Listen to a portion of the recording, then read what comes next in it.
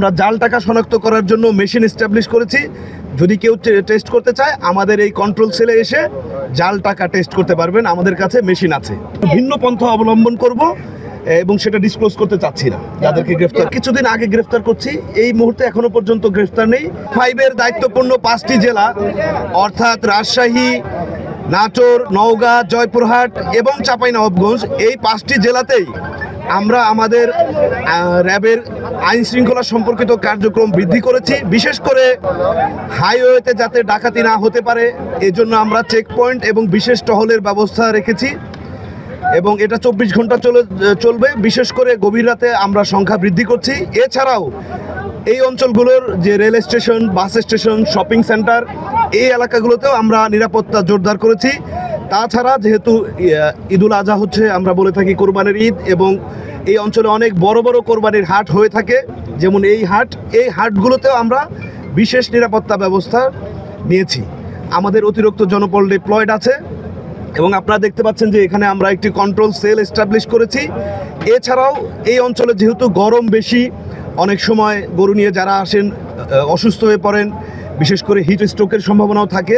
এর জন্য আমরা একটা প্রাথমিক চিকিৎসা কেন্দ্রের ব্যবস্থা করেছি, যেখানে আমরা কিছু মেডিসিন এবং মেডিকেল স্ট্যান্ড আছে, তারা প্রাথমিক চিকিৎসা প্রদান করবে। এরপর যদি আল্লাহ না করুক যদি প্রয়োজন হয়, পরবর্তীতে তাদেরকে হসপিটালেও প্রেরণ করা হবে।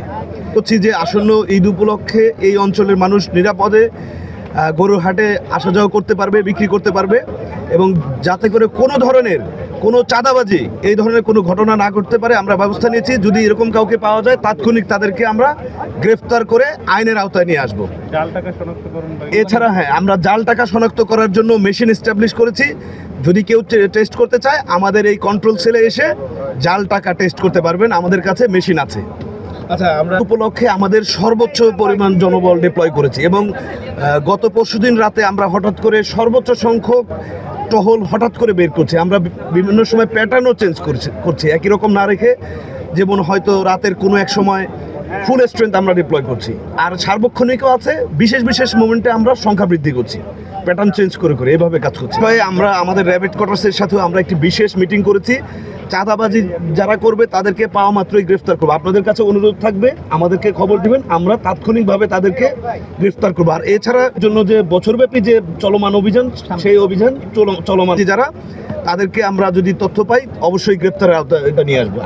স্টাইল এবার করবো, একটু ভিন্ন পন্থা অবলম্বন করব এবং সেটা ডিসক্লোজ করতে চাচ্ছি না। যাদেরকে গ্রেফতার কিছুদিন আগে গ্রেফতার করছি, এই মুহূর্তে এখনো পর্যন্ত গ্রেফতার নেই। যদি আপনারা এরকম কোনো চাঁদাবাজির তথ্য আপনাদের কাছে থাকে আমাদেরকেও জানাতে পারেন, অবশ্যই তাদেরকে আমরা গ্রেফতার করব। যে হঠাৎ চেকপোস্ট আমরা এস্টাবলিশ করছি, একই জায়গায় না করে প্রয়োজন সাপেক্ষে আমরা অলরেডি চেকপোস্ট এস্টাবলিশ করা শুরু করেছি। আপনারা নিশ্চয়ই দেখেছেন। গরু যেই হাটে বিক্রি করতে চায় এটা সম্পূর্ণ তার ইচ্ছা, তার স্বাধীনতা। এখানে অন্য কেউ বাধাগ্রস্ত করতে পারবে না, এটা তার ইচ্ছা।